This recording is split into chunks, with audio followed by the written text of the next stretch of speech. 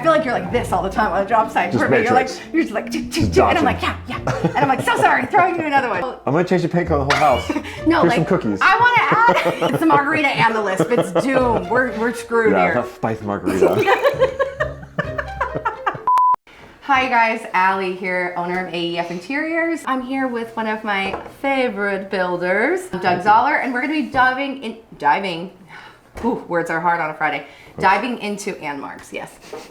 the conversation of what it looks like to have a good collaborative experience from a builder and designer standpoint. How did you meet? Let's start there. Okay. She slid into the DMs, I think.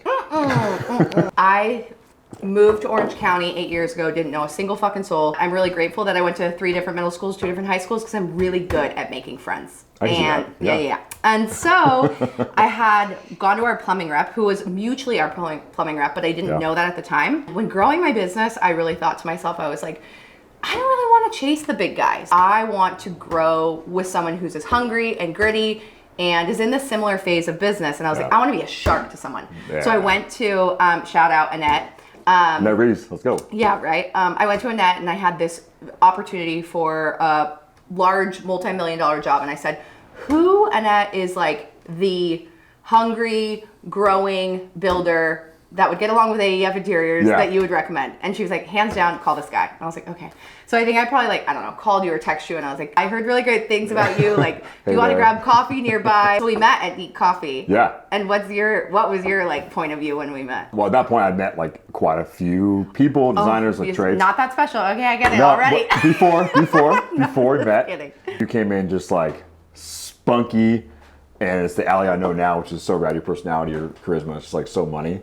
You're leaving out the details. We were there for like an hour, like 2 hours. It was 2 hours for sure. Yeah, I had a lot of coffee. I was itching my neck a lot. We were there for so long, and they probably were like, you need to order another drink. And we're like, we are finding our people. Moving chairs around. Yeah, exactly. Different bills. For sure. I really wanted to find someone who wanted to grow themselves and grow together, and also was going to treat the client experience like a luxury experience. Absolutely. And like, I feel like we shared that common value. 100%. Yep. Yeah. When you get on a job site, like, and you're trying to get a read of like, this is a good designer versus a great designer. When you get onto those projects, how are you able to identify what a great designer is? Big thing, spec book, which AEF kills it at. But it's also like, knowing where you are in the process and what decision you need to make when, and what needs to be decided when, right? What's the spec book? What's in it? So spec book, you dive into it and you know exactly what every single room, wall, floor, everything has, whether it be a faucet, a flooring material, Windsor One, T&G, whatever it may be, right? So it tells you exactly what goes in that room or that ceiling or that section. Yeah. And it guides us builders and it gives us direction, which we need to build a home. Have you gotten onto jobs where there's not that? I have. We'll keep that quiet for now.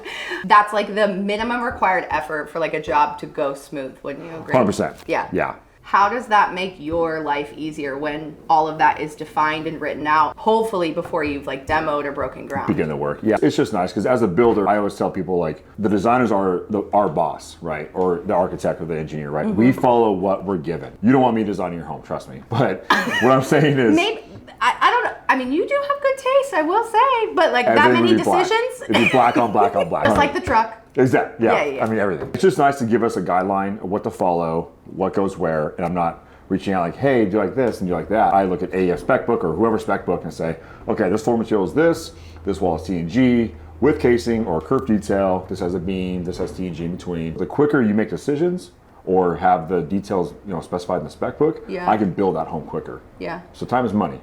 When do you think it's valuable for us to start collaborating together? Very early stages, honestly. I totally agree. Yeah, to really help the client foresee like what the budget's going to be, it's great to have the design from the architect and maybe your simple design before we go to structural, right? Yeah. So it's nice to say, hey, you're about X per foot if you go with this home architectural design and your designer detail design. Like, what do you think that clients should be looking at? Because you don't have the whole thing built. I'm going to talk cars. You know that you're going to be building like an Audi Q5, but you don't know if we're getting Bose speakers. You don't know if we're getting memory set. How do you feel like you're navigating that conversation with clients early on to like get them to understand your process and like maybe why you. The homeowners don't understand the structural part. They don't understand all that stuff as much. I mean, sometimes I don't, if I'm being honest. That's okay. It's not your job. Yeah, not job. my That's where I someone come in. else's expertise. 100%. Yeah. So architectural design, interior design, and I can say, hey, pretty pictures look great, but to get this detail, this bifold, this pocket, it costs this per structural. You kind of have to set the expectation with the client. I think we see a lot in this industry where the lowest bid isn't necessarily the best quality. Definitely, usually not. Yeah. What would you tell a designer or even a homeowner, like what should they be looking at when they're trying to compare apples to apples when it literally looks like a banana compared to a zucchini? Like literally, because everyone's proposals look different, like what should people be looking at? If you can really portray what you and your team offer as far as like your site visits, your availability per phone, your spec book, I just think not everyone's gonna do that. Yeah. And we get a lot of like, oh, I can do a Zoom call. Yeah. It's like, no, Samantha, like we need you on site. We need to talk about it. Look at this detail. How does this transition to this part, to this part? I think it's great to like have clients see what you're capable of. Yeah. And as far as like the builders, the clients really need to talk to references, even though a builder's not going to give someone a bad reference, right? No For one sure. is. Also, it'd be great to walk, Do you think that's projects. important to walk like existing projects? 1,000%. Yeah. 1,000%. I don't think that enough clients do that. For sure. And sometimes it's tough. You build a house, the client moves in, you don't want to intrude on like, hey, can I come show another couple of your family? We have some clients who are so patient and understanding, they're great. If you're able to show that, and even after the house has been lived in for a year, that's a game changer too. Oh, yeah. 100%, right? Like Yeah, because selling you're all like stuff. durability, things like that. Exactly. Yeah. Yeah, 100%. One thing I always tell my clients and everyone else around is it's all about relationships, right? As much as you and I have been through the trenches, we got through it, right? Cheers. There's Thank again. No, Tap. touch, Yep. tap. Okay, there we go. You have to have, similar personalities as far as business, right? You have to be able to get along with each other. What do you mean you like get along with each other? That's so fucking vanilla. Give me more. Like, what does that mean? We've worked with previous designers, right? That something goes wrong and it's just hair on fire, freak out. Oh my gosh. That's what I'm looking for. What the F? But with someone like you or other people we worked with, it's like, okay, shoot, this happened. How do we fix this? How do we make this right? Yeah. And we just work and we figure it out, Yeah. right? Because everything's fixable. That's the biggest thing. Everything's fixable. It's just you have to have the right But the team. person who like freaks out is like, whose fault is it? I think it's like, and that's not us. Yeah. So we're a team as far as the designer, the architect, and the builder. We're a team, and we're here to perform for that client. A lot of our clients, they either own their own business or they're in the C-suite, right? And I'm like, okay, let's think about this. When you leave a company and you go set up a new team, how much faster and how much more efficient is your job when it's people you've worked with before? For sure. And that's what I describe to clients. I'm like, when you're assembling your team, think of how much more efficient it is. And that's why I put you Doug, because we work together and we know how to make it work. I really think that people should look at it from a lens of like who has worked together in the past, has proven track record. That I think speaks a lot of volumes. And I think sometimes when you can translate it to their world, they like understand that greater and better. Absolutely. And they're like, yes, we would love to talk to your people. Yes, yes. For sure. Yeah. What happens, Doug, behind the scenes of a construction project? And my God, I mean, this is like years of stories. So like, there's so much that goes on behind the scenes. Where do you? Oh God, that's a big one. We discussed earlier. So it's like tile being cut wrong and contractor having to slap the hand of the tile guy, say don't do that again, and go buy the tile, cover that. Rooms being painted wrong colors. Remember that? Yeah, I do remember. That was wild. Yeah. But you fixed it. We fixed it. Quickly. Yeah, we fixed it. Yeah, that was at 9 p.m. on a Friday night. My wife was stoked on that. She's great sport. The quality of the home is so important, and the functionality of the home is important. The way your AC runs, or plumbing, like is a recirc pump properly working? What did you just call that? Recirc pump. Didn't know it. You learn Okay. something Learn new something every day. Here we go. So recirc pump constantly pumps hot water through your home, so it's easier accessible to your Can primary you bathroom. fuck that up? 100%. The way you run the plumbing can be. Okay. Yeah, if you don't run the loop right. Yeah, Okay. 100%. Noted. So Next job, I'm like, where's the reflip pump? yeah, with a Like, recirc pump, the whispers back. It's great. it's the margarita and the lisp. It's doomed. We're screwed Yeah, here. that's spicy margarita.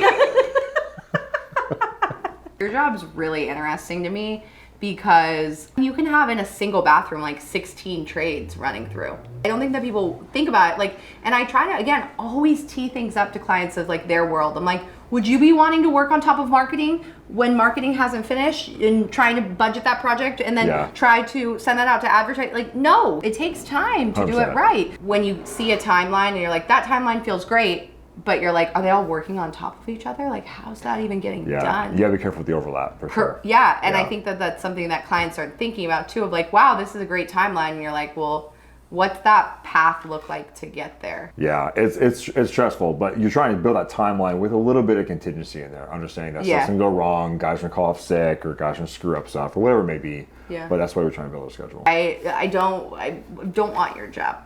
You don't. No. You don't. No. I like to like bring everyone pizza and like or like muffin. You do the monster muffins. That's your thing. For sure. But I will do like the donuts. But I'm like, will you like me? Because I'm about to tell you how. I'm gonna change the paint color of the whole house. No, Here's like some cookies. I want to add stone to this wall. I'm so sorry. Yeah. Which don't hate me. Our team is very like calculated, but there is something about like sometimes when I'm in a house, I'm like, actually, Doug, I kind of want to do. Leave it up to Allie. Yeah, like leave room for God. Like that's the phrase. But like there's that project that we were on together where I was like, can we actually just wrap the whole wall with that? Yeah, can we double the brick? Yeah, can we just like do that? And you're just like, aye, Captain. Like, there we go. Yeah, but I do think that being nimble is so different than being flexible. Like being flexible is like, yeah, you can do the thing, but being nimble is like, how quickly can you be flexible and not let it derail you? I feel like you're so good at like, I feel like you're like this all the time on a job site. You're just like, and I'm like, yeah. And I'm like, so sorry, throwing you another one. Do you like guacamole? Yeah, I love guacamole. So good. With jalapeno? Yeah. Chunky or smooth? Chunky. Money. Let's go. Yeah, Who wants a smooth? Javier's. Freak show. Yeah, that's like peanut butter though. How about peanut butter? Chunky or smooth? It depends on which day of the week it is. Come on, you're killing me. Friday's chunky. I love chunky peanut butter. Yeah. Let's close this episodic episode. Episodic. I'm gonna dream about that. We're gonna close this, wrap it up, final thoughts to homeowners out there or other designers out there that are looking to have a great team. What do you think people should be looking for when they're building their team to build their homes? If there's an opportunity where you meet with the designer and the builder and see how they communicate, not drink, like have a good time, but like see how they communicate, see how they work together. And like, we did a bid recently where you and I rapped back and forth, and the client and architect were like, what is going on right now? It's like, this is just us. Like, we figure out stuff, you tell me what you want, where, what, when, and I put it in the budget, and we work together well, and that's how it is. So it's really important to see that camaraderie. Yeah, right? I think that's fair. It's super important, and do your due diligence, see some work, and dive into it. I do think that you can bring two people who maybe not work together onto a job, but I think understanding that their like values, maybe it's trust, maybe it's integrity, maybe it's their humor, because I'm not gonna toot our horn, but we're You're pretty funny. Yeah. Being able to see that there's a thread line between your values as the client and the values of the people on your team, you're just guaranteed to have a more successful project when you have people who share similar values. Asking questions like, how often do I hear from you? How do you communicate? When bad news happens, how does that go? I think it's really important when you're building your team that we're looking at people who have shared values to yourself. Okay. And so that's my little shtick about finding a good team. The lisp is back. Yes, the lisp is back. I like it. I like the lisp. It's nice. Okay, that's it. Here we go. Episode. Thanks, what guys. is that thing called? Goodbye. Episodic.